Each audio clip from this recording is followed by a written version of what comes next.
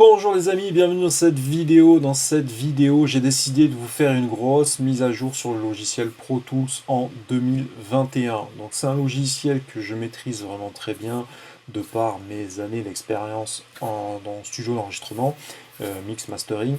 Et j'ai décidé de vous refaire une vidéo en 2021 puisque j'ai repris une nouvelle version qui peut être donc achetée au mois par mois. Donc, je explique tout ça à l'intérieur de la vidéo et je voulais vous montrer un petit peu les différences, qu'est-ce qui a changé depuis les années précédentes. Alors Pro Tools c'est un logiciel qui ne change pas énormément, les anciens amoureux du logiciel vont retrouver leurs repères et c'est plutôt une bonne chose. Je pense que c'est pas une grande surprise pour vous, mais je voulais vous refaire une petite vidéo pour que vous puissiez voir les différences d'affichage, les différences de réglage et une vidéo qui est assez globale, parce que c'est des vidéos qui me sont assez demandées. Si vous voulez avoir la formation plus approfondie sur le logiciel Pro Tools, vous cliquez directement en lien en description et vous allez voir que ça vous permet d'avoir vos repères un petit peu de partout à gauche à droite sur le logiciel. Donc si vous voulez voir un petit peu qu'est-ce que Pro Tools, on entend beaucoup parler du logiciel Pro Tools, maintenant c'est vrai que d'autres logiciels ont un niveau qui est à peu près équivalent, qui est à peu près semblable, hein, tous les niveaux, tous les logiciels sont quasiment au même niveau, mais c'est vrai que ça reste le standard de l'enregistrement sonore.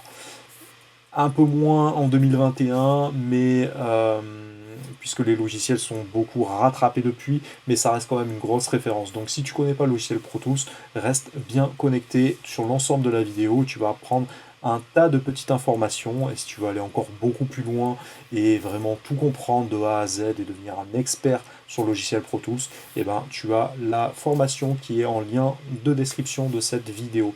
Je t'invite à regarder cette vidéo, je te souhaite une très bonne journée et à bientôt musicalement les amis, à bientôt, ciao ciao. Bienvenue dans cette vidéo de mise à jour pour le logiciel Pro Tools en 2021.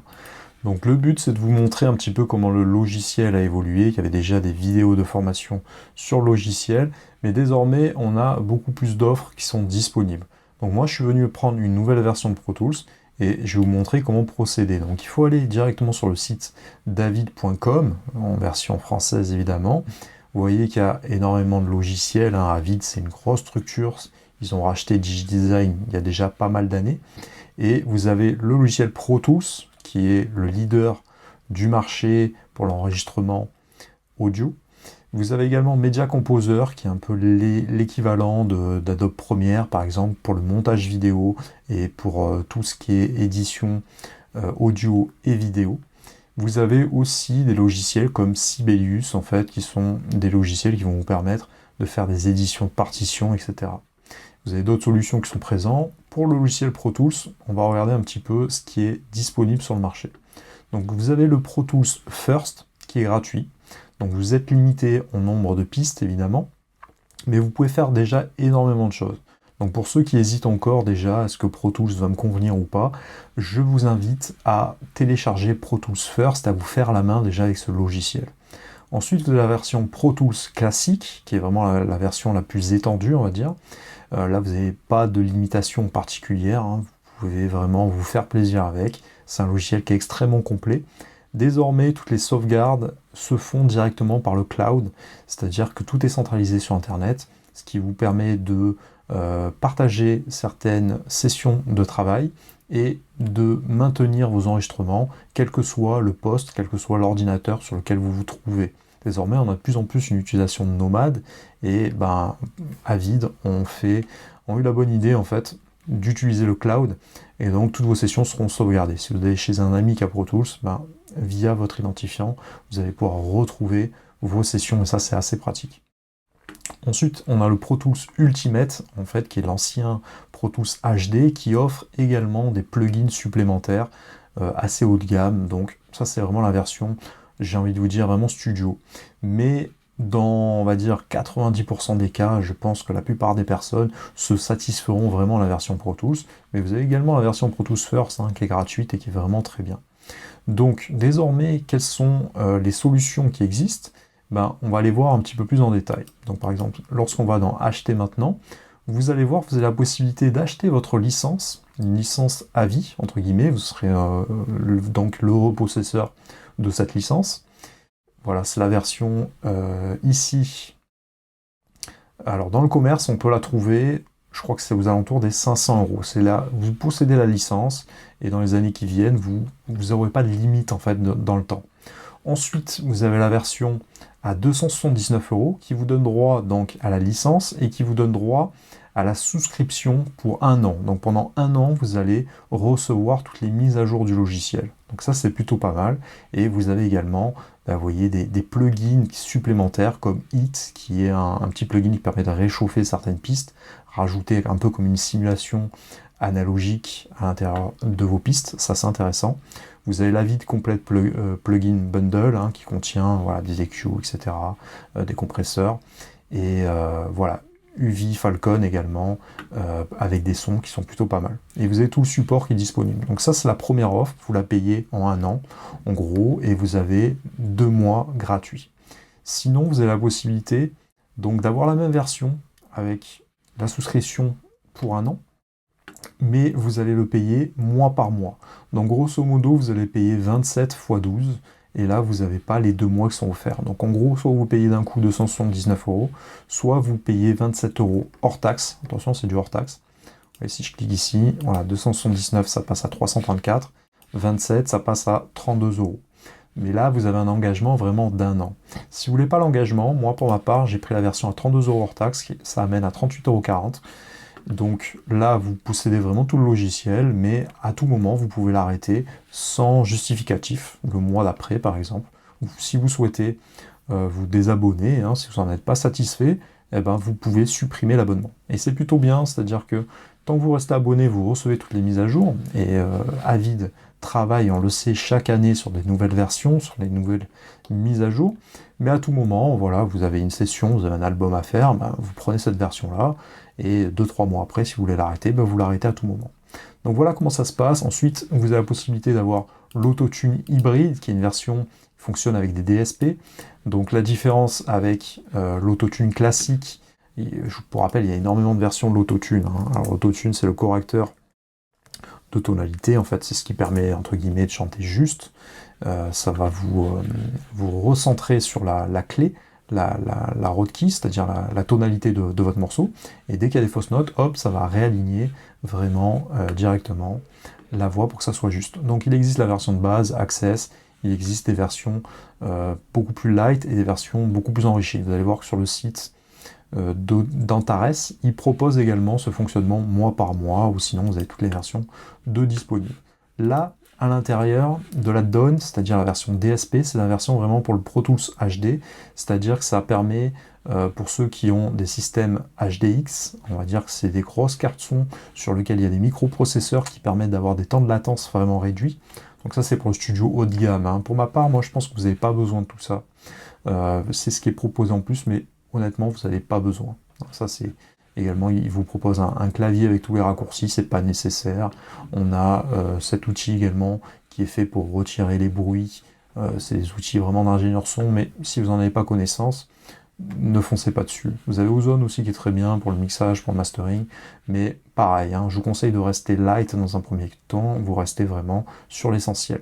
Donc de quoi on va avoir besoin quand on installe le logiciel? On va avoir besoin d'avoir un stockage de libre d'environ 1 giga et pour le son environ 2 gigas voire 3 gigas si vous installez l'ensemble des samples bonus et des sons qui sont rattachés. Et vous avez à peu près accès à 63 plugins qui fonctionnent très bien avec Pro Tools. Voilà au niveau de la puissance. Rappelez-vous que vous avez besoin également des clés iLok. Donc à quoi ça ressemble une clé iLok? Alors moi j'avais déjà des Pro Tools, donc j'avais déjà ma clé iLok. Ben, c'est une petite clé, pardon je l'ai écrit avec le C, c'est une clé qui ressemble à ça, je vous ai déjà fait des tutos dessus, voilà, vous la mettez directement et ça détient vos licences seront installées dessus et voilà, c'est malheureusement indispensable. Donc on va lancer Pro Tools. Pour l'instant je vais vous montrer rapidement les produits d'Antares. Voilà, vous avez l'Autotune Pro. Alors l'AutoKey c'est juste pour détecter la tonalité, vous avez la version hybride avec système DSP, bon ça pareil c'était pour les gros studios, vous n'en aurez pas besoin. Vous avez l'Autotune Access qui est l'autotune de base, l'Autotune EFX dans lequel il y a les fonctions de base plus certains effets qui sont plus de l'ordre de la création, de l'effet créatif on va dire, des distorsions, des trucs assez un peu barrés, mais ça peut être intéressant. Si vous êtes chanteur, l'Autotune Artist permet d'avoir également une optimisation au niveau des réglages, quelque chose d'un petit peu plus naturel, avec des réglages un peu plus poussés. La version de base est très bien, honnêtement, et sinon vous avez la version Pro qui est encore un peu plus poussée. Mais je ferme la parenthèse et on va ouvrir le Pro Tools. Donc voilà à quoi ça ressemble. Ceux qui ont l'habitude de Pro Tools connaissent déjà cet écran de démarrage, on va dire. On peut créer une session, donc vous trouvez un nom de session, par exemple ici, moi je vais mettre test, vidéo, et à quel endroit vous souhaitez l'enregistrer. Donc soit à votre endroit local, à l'endroit où vous enregistrez vos sessions, sinon vous pouvez faire un cloud collaboration, hein, ça vous permet d'avoir un projet sur lequel les gens vont pouvoir s'enregistrer, et donc vous pouvez avoir une collaboration, c'est-à-dire que vous êtes chanteur, vous voulez envoyer à votre guitariste, à vos musiciens, ou à tout votre groupe, et ben, vous pouvez faire une session commune et chacun va s'identifier pour pouvoir y accéder. Ou sinon vous partez du template. Alors ça c'est bien fait. Si vous voulez faire par exemple de la musique rock, vous avez une template vraiment avec des outils rock. Si vous faites du R&B, si vous faites de la house music, etc., vous avez tout de base. On va partir vraiment sur une création de base. Sinon, vous pouvez charger les projets les plus récents ou l'ensemble de vos projets. Ici, vous avez le choix du format, donc soit le format Wave, alors chez Pro Tools, c'est le format BWF actuellement, donc le format non compressé, on va dire, sinon vous avez le AIF, qui est le format, entre guillemets, un peu Macintosh. La fréquence d'échantillonnage est de base, moi je reste ici en 44 100 kHz, qui est le standard, on va dire, sinon vous pouvez l'augmenter si vous avez la puissance qu'il permet, pas forcément nécessaire de vous à moi. Le moteur audio est déjà excellent à l'intérieur Pro Tools, et vous pouvez partir soit en 32 bits, donc là on est plutôt sur la fréquence, on est plutôt sur la profondeur de bits. La profondeur, on va dire grossièrement, ça va être la taille de votre case, hein, et plus le son, plus la case va être grande, plus vous aurez de la ressource pour aller éviter que le son écrète. Vous avez de la marge si vous voulez revenir en arrière, grosso modo. Donc moi je vous conseille de rester en 24 bits, c'est très bien. 16 bits c'est la fréquence, on va dire c'est la profondeur de bits qui est la référence pour le CD-ROM, mais on va plutôt exporter en 16 bits. Mais voilà, actuellement, maintenant, le numérique, on peut aller largement au-delà, donc on va se faire plaisir. Et la localisation, donc moi actuellement, c'est enregistré à l'intérieur de mes documents. Voilà, je suis sur Macintosh, si vous êtes sur PC, c'est un petit peu différent. Hop, Pro Tools, voilà, directement, vous avez, c'est à cet endroit-là que ça a été installé à l'intérieur de mon ordinateur. Donc je vais faire Create, et il va me créer ma session. Donc là, il me ressort des réglages de bus anciens par rapport aux sessions de base. Donc là, moi, voilà, j'ai pas besoin d'avoir un rapport détaillé, parce que je suis toujours sur le même ordinateur, donc il n'y a pas de problème. Sinon, vous pouvez ouvrir les réglages I/O, donc entrée-sortie de votre setup, de votre carte son. Pour ma part, je laisse sur nous. Et là, il me manque certaines tracks, le Expand ou le DB33, qui sont probablement mal installés. Mais c'est pas très grave. Voilà, donc vous voyez que l'interface graphique a beaucoup changé depuis les anciennes versions qui étaient plutôt grises et blanches. Là on est sur un système un peu plus noir, un peu plus Cubase, hein, pour ceux qui connaissent le logiciel de Steinberg, ou Logic Pro, ça se rapproche un petit peu. Donc c'est toujours un peu le même fonctionnement, on n'est pas perdu, et c'est ça qui est assez agréable au fur et à mesure des années. Vous voyez qu'on est toujours sur la version de base, donc ici je peux charger et lire ma boucle. Alors là, probablement, la première chose à faire, vous allez dans Hardware Setup et vous vérifiez que votre carte son est bien enregistrée. Là, c'est le cas déjà. Alors, il ne le lit pas parce que... Hop. Voilà, c'est mon Expand qui n'est pas chargé. Hein. Il m'avait dit que l'Expand ne fonctionnait pas. Donc, comme il n'est pas chargé, il ne peut pas lire l'outil en question. Il faudrait que j'aille directement ici, à cet endroit-là, et par exemple, que je mette un plugin instrument que je possède. Donc, par exemple, batterie. Voilà, si je fais batterie, là, il se mettrait à lire ma piste. Donc il va me charger tout ça. Je vais prendre un kit de base. Et voilà comment ça se passe. Donc c'est ça qui est lu actuellement. Vous voyez que ça sonne vraiment très bien. Hein. Beaucoup de profondeur. Le moteur audio vraiment de Pro Tools, c'est vraiment très bon. C'est le logiciel pour moi qui est vraiment excellent si vous êtes musicien, si vous êtes chanteur. Voilà, c'est le logiciel que vous allez retrouver. Tous les ingé sons maîtrisent ce logiciel, c'est vraiment la base. Donc ici, qu'est-ce qu'on a? On a le mode Slip qui permet d'avoir un déplacement libre, un déplacement plutôt sur la grille. Donc vous voyez que là je ne peux pas cliquer ou difficilement à l'endroit que je veux. Hein, j'ai que un clic sur une mesure intermédiaire, ouais, que sur les mesures par rapport au réglage de ma grille. Au niveau de spot, je vais pouvoir me déplacer ici avec un curseur beaucoup plus précis. Et sinon, vous avez le réglage shuffle qui est relativement libre. Je reviendrai en détail là-dedans un peu plus tard. Ici, donc, on a différents affichages qui apparaissent. Je peux les ouvrir. Je peux faire plus si je veux en rajouter un supplémentaire. Donc, en gros, là, je coche tout ce que je veux qu'il apparaisse. Ici, moi, je veux un réglage, par exemple, en bits. Ici, c'est des mesures, donc tout simplement. Ici, j'ai mon tempo. Actuellement, j'ai un tempo à 55. Je peux venir le modifier. Je vous montrerai ça un petit peu plus tard. Et la signature rythmique qui est actuellement en 4/4, qui est vraiment le standard classique hein, depuis la musique blues et depuis X années. Donc ici, je peux zoomer ou dézoomer à souhait. Je peux faire un clic droit hein, si je veux un simple zoom et revenir sur ma petite sélection, hein, ma petite main. Donc là, j'ai un réglage qui se fait avec un clic droit. Et ici, voilà, on a un réglage qui va régler si je souhaite attraper, si je souhaite étirer, c'est-à-dire réduire, pour l'audio, je pourrais réduire la région, c'est-à-dire mon enveloppe, ou ici, raccourcir directement.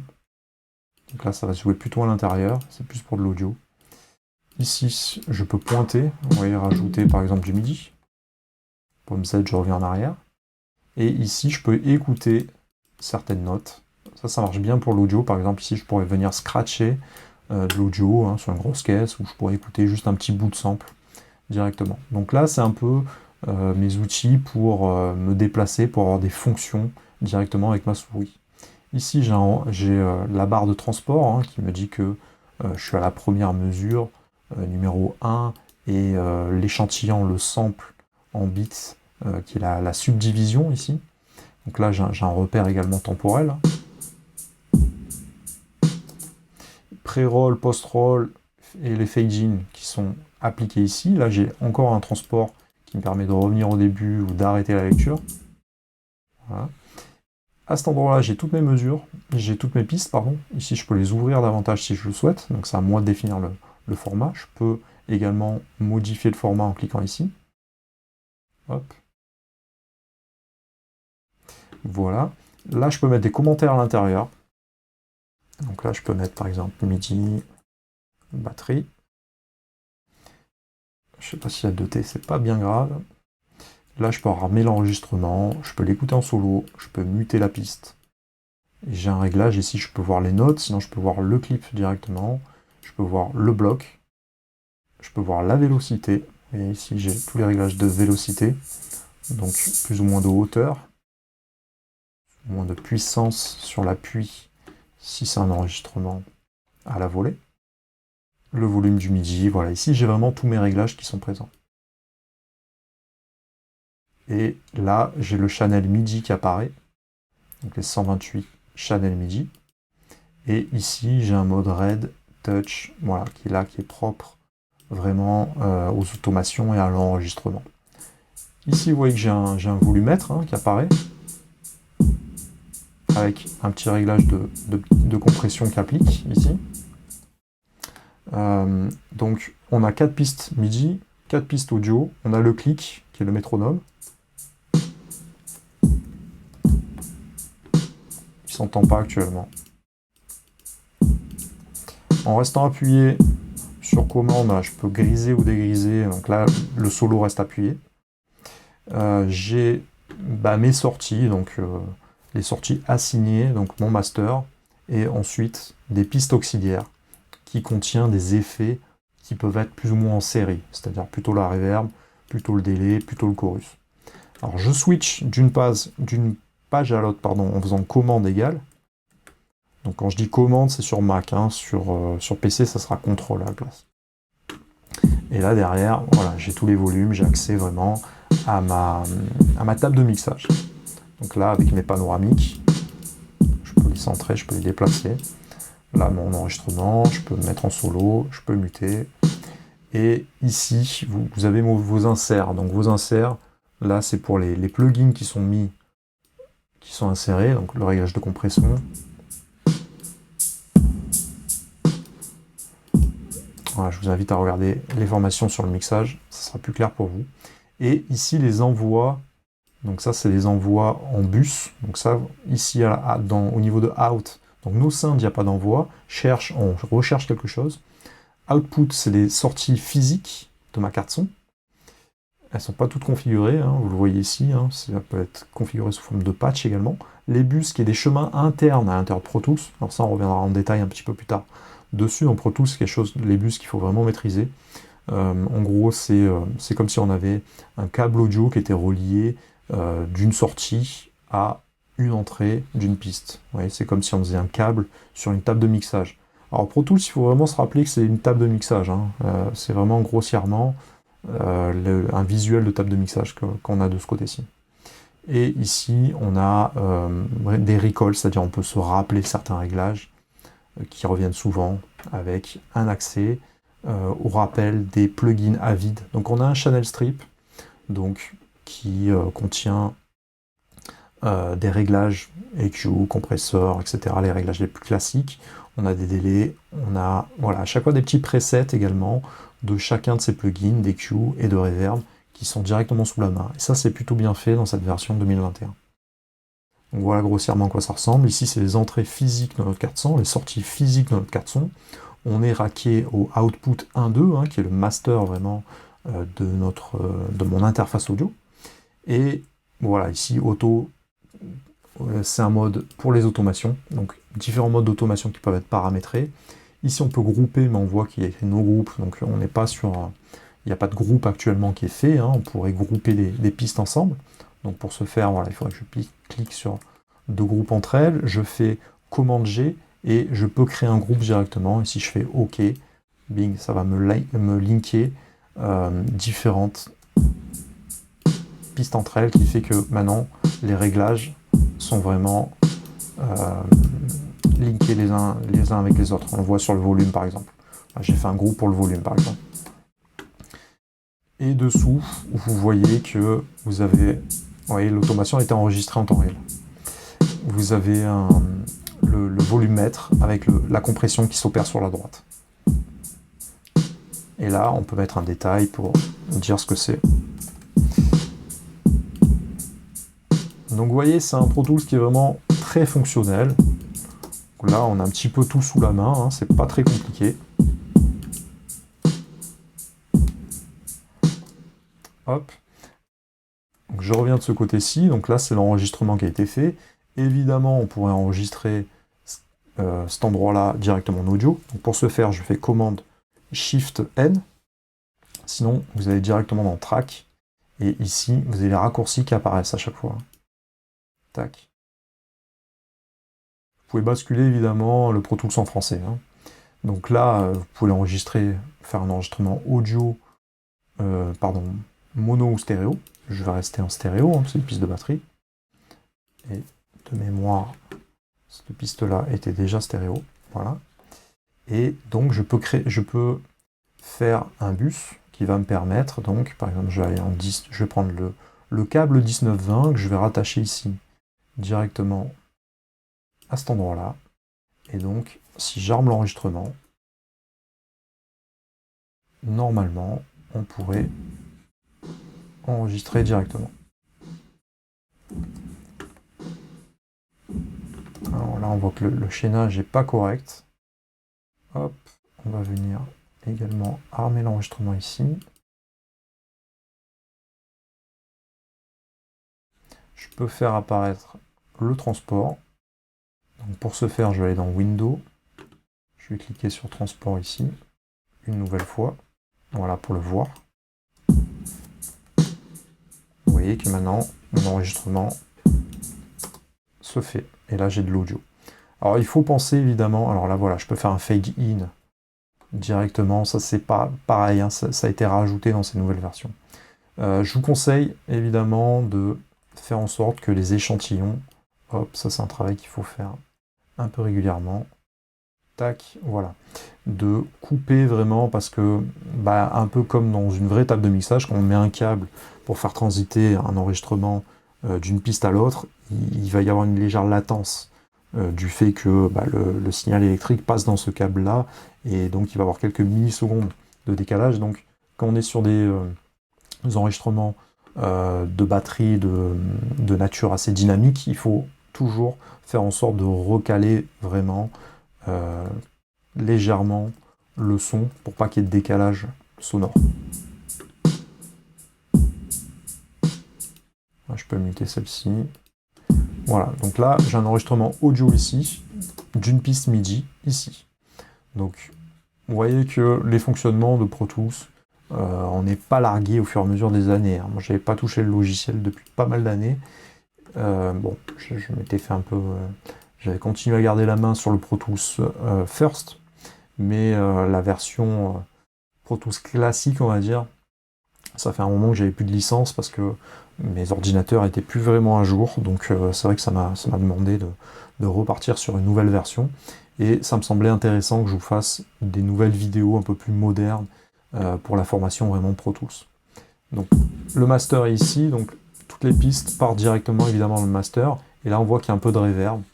Donc la reverb qui a été mise, voilà, c'est la piste ici auxiliaire, sur laquelle on peut doser l'envoi vers la reverb. Vous voyez que plus j'augmente, évidemment, sur cette reverb là, hop, le réglage c'est celui-ci. On peut également mettre un petit EQ juste après. Je vais prendre par exemple le Channel Strip, qui permet d'équaliser, ou sinon vous avez bien évidemment également le Q classique de Pro Tools, qui est l'EQ 7 bandes, qui est vraiment légendaire. Par exemple là, tac, si je veux pas que il y ait la reverb aille sur les bas, je vais venir vraiment couper les bas pour faire en sorte qu'il n'y ait pas de confusion avec le bas du spectre de mon mix. Bon, les automations ont été conservées, hein, mais vous voyez que ça fonctionne vraiment très bien. Donc le délai c'est pareil. Là c'est un envoi de l'effet, donc qui part de cet endroit-là, hop, qui va jusqu'à cet endroit-là. Donc ça sort d'ici et ça re-rentre là-dedans. Et là je peux doser l'effet.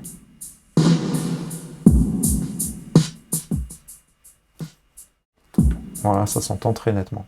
Faire attention dans le monde dans lequel on est, parce que vous voyez que AutoTouch fait que les automations s'enregistrent en temps réel. Vous voyez, si je me mets en auto-off, ça n'enregistre plus les automations. Donc là, on a le choix de panoramique encore une fois. Ici, le pré, on peut choisir que le signal soit post-fader, pré-fader ou post-fader. Enfin, lorsque vous cliquez, c'est pré-fader. Donc avant de partir dans le fader de volume, ça va partir directement. Et le post-fader, c'est après le réglage de volume. Ici, on a toujours l'écrêtage. Dès qu'on sature, bing, ça passe dans le rouge. Vous voyez, là, je l'ai poussé à fond. Et là, ça m'indique qu'il y a eu une piste qui a saturé, qui a écrété. Et on le voit également au niveau du master. Donc ça fonctionne depuis toujours. Hein. Si on veut faire des effets sur le mastering, on peut les appliquer directement sur cette piste de master. C'est à vous de voir. Hop, par exemple, je peux utiliser ce genre d'effet, qui est un transient de master. Si vous voulez accentuer toutes les transients des sons, ou la durée, ou complètement le gain.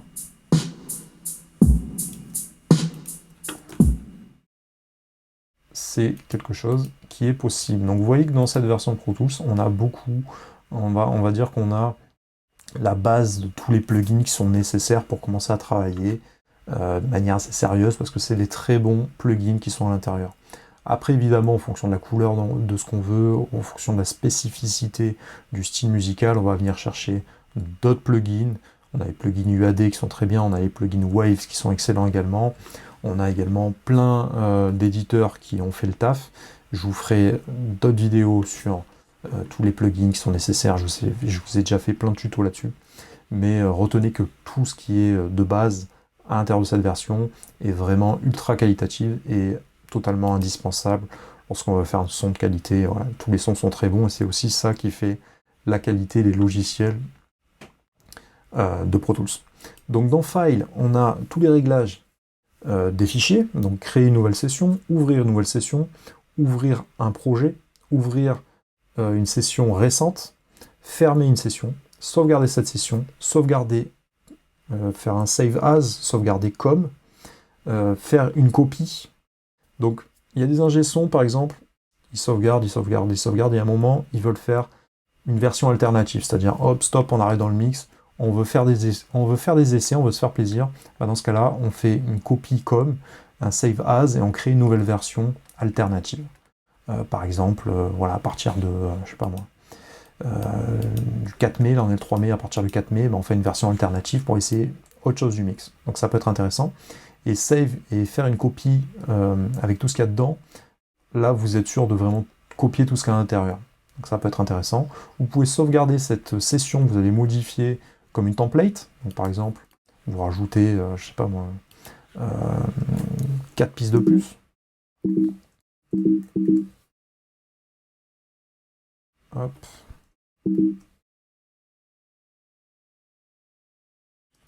Donc vous faites create et ça va directement vous rajouter une piste supplémentaire. J'en ai créé des supplémentaires. Et donc ça, vous pouvez la sauvegarder comme étant votre session de référence. Donc ça peut être intéressant.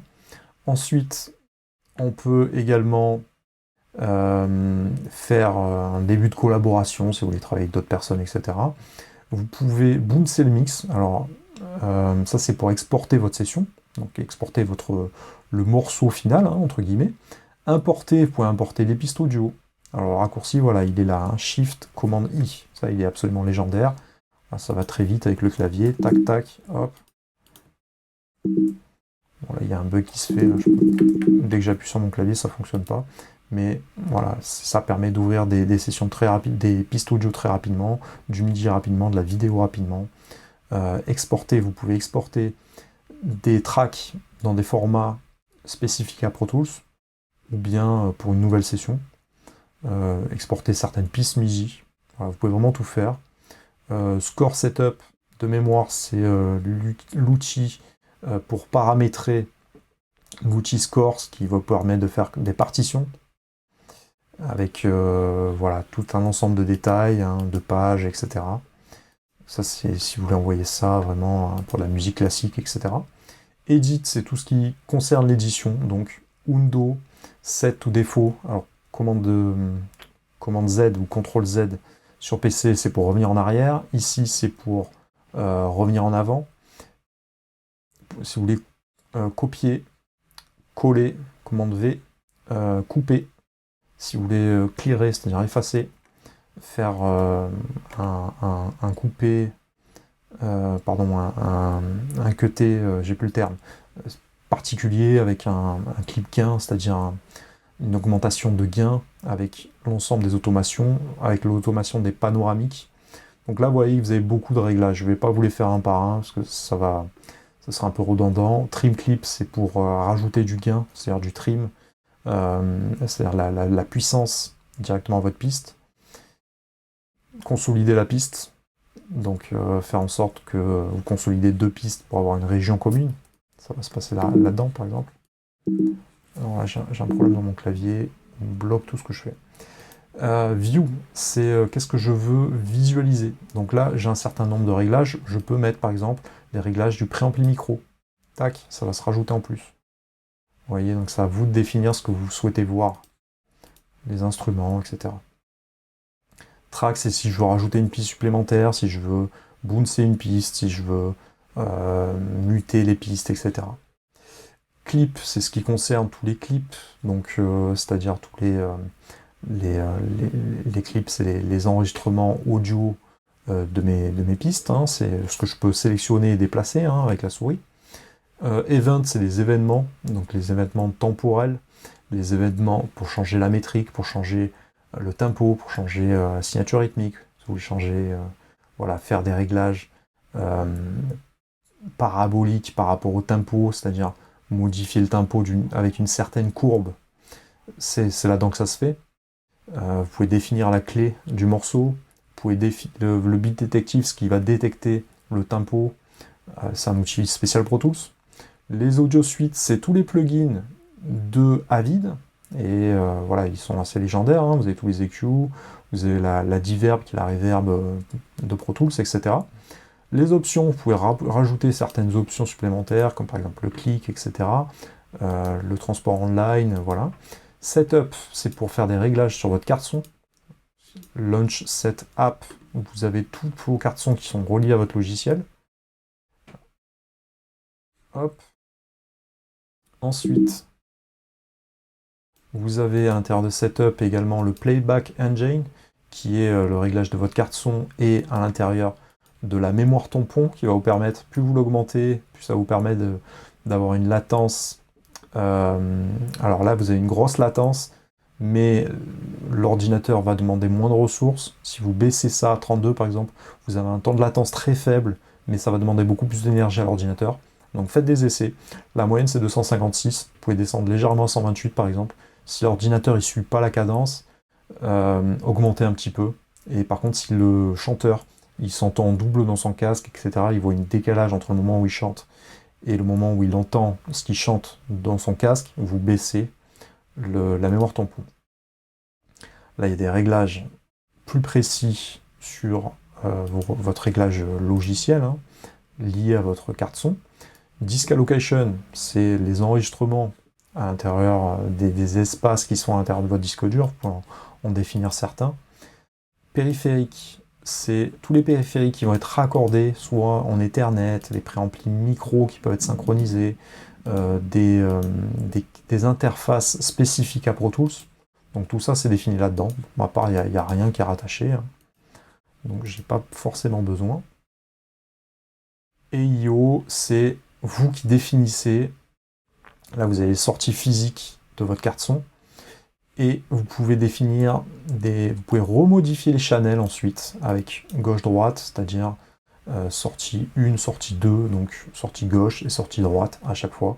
Voilà, c'est pas figé, tout peut être modifié dans Pro Tools. C'est à vous de définir à quel endroit, sur quelle sortie par exemple. Moi j'ai 8 sorties physiques plus 8 sorties numériques sur ma carte son, donc je peux définir à quel endroit mes enceintes monitoring sont branchées. Donc voilà, vous pouvez faire des nouveaux patchs. Tout ça, c'est un patch, par exemple. Ici, on a les réglages de bus qu'on peut renommer. Vous pouvez mettre des noms bien spécifiques dedans. Ici, c'est mes entrées de ma carte son, mes sorties de ma carte son, mes bus, c'est-à-dire mes chemins internes spécifiques à Pro Tools. Mes inserts, donc les inserts, par exemple, si vous avez un compresseur qui est branché en 1-2 sur votre carte son, vous pouvez modifier le nom de l'insert. Et ici, vous mettez le nom de votre compresseur, par exemple. Pareil pour les entrées préampli, micro, et le réglage de latence. Donc là, ça va encore plus loin. Vous pouvez modifier en millisecondes le temps de latence pour faire en sorte que tout soit synchronisé. C'est-à-dire que si par exemple en 1-2 de votre carte son, ça sort de votre carte son pour aller dans un préampli micro, pour aller dans un compresseur, pour aller dans un EQ, et ben si vous vous apercevez qu'en faisant un re-re, c'est-à-dire un enregistrement d'une piste à l'autre, vous avez tant de décalage, vous pouvez modifier ce temps-là de latence en millisecondes. Donc ça à vous de définir tout ça. Vous voyez, c'est assez complexe, hein, ça va quand même assez loin, et c'est pour tout ça que Pro Tools c'est vraiment la référence pour les gros studios qui ont vraiment besoin d'outils vraiment précis, spécifiques. Là, ça va être les réglages MIDI. Voilà, si vous avez des synthés par exemple qui sont branchés, c'est dans le MIDI Studio. Vous allez pouvoir définir tout ça. Voilà, vous allez aller à l'intérieur de afficher le studio MIDI. Et là, vous voyez, vous pouvez faire des synchronisations entre vos différents périphériques qui sont branchés en USB. Hop, celui-là, je vais le retirer par exemple, je n'ai plus le toucher.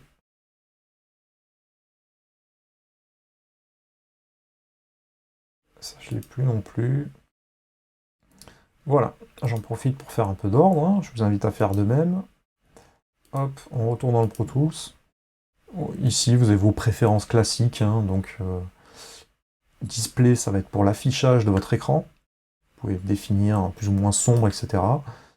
Alors, je vous invite à mettre en français, évidemment. Là, ça va m'obliger à redémarrer la session. Mais voilà, ça sera fait au prochain redémarrage, on va dire. Bah tiens, je vais le faire d'ailleurs. Alors ici, je vais ouvrir une autre session. Je ne vais pas sauvegarder celle-ci, hein, c'est pas nécessaire. On a fait le tour à peu près des principaux réglages. C'est vraiment une vidéo présentation d'ensemble, hein, histoire que vous ayez vos repères un petit peu de partout. Là, on dégrossit un petit peu le tout. Hop, alors il manque quelques effets.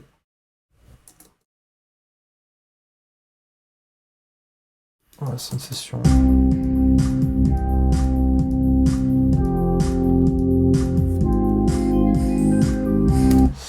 Session électro, mais les effets sont plus bons, donc ce n'est plus du tout mixé correctement. Mais c'est pas grave, voilà, c'est dans préférence que... Alors là, je suis toujours en anglais, donc please restart. Alors, il faut vraiment que je le redémarre du début pour que ça soit pris en compte. Je vais faire save pour voir s'il prend en compte mon réglage. Et ensuite, on va passer en revue les autres réglages. Donc, historiquement, Pro Tools a toujours été en anglais, donc c'est pour ça que moi j'ai mes repères en anglais. Ça me pose pas vraiment de soucis que ce soit en anglais, mais je pense que pour vous, ça sera quand même beaucoup plus simple, hein. Je pense que vous mettrez automatiquement votre logiciel en français, donc ça sera intéressant également que ça soit le cas pour vous. Windows, c'est ce qui apparaît, donc vous pouvez cliquer ici avec des raccourcis sur ce que vous voulez faire apparaître visuellement à l'écran. Mais voilà, tout peut être défini. Avidlink, c'est l'outil Avid pour vous connecter avec d'autres interfaces. Donc Marketplace, c'est pour acheter sur le site Avid, hein, avoir accès à d'autres choses. Les réglages du projet sur lequel vous travaillez.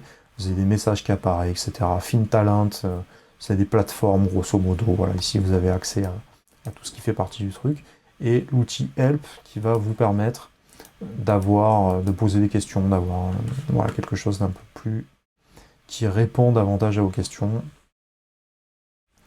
Alors, je vais rouvrir de nouveau Pro Tools, on va voir si ça l'a pris en français, sinon je vous mettrai ça à l'intérieur d'une prochaine vidéo.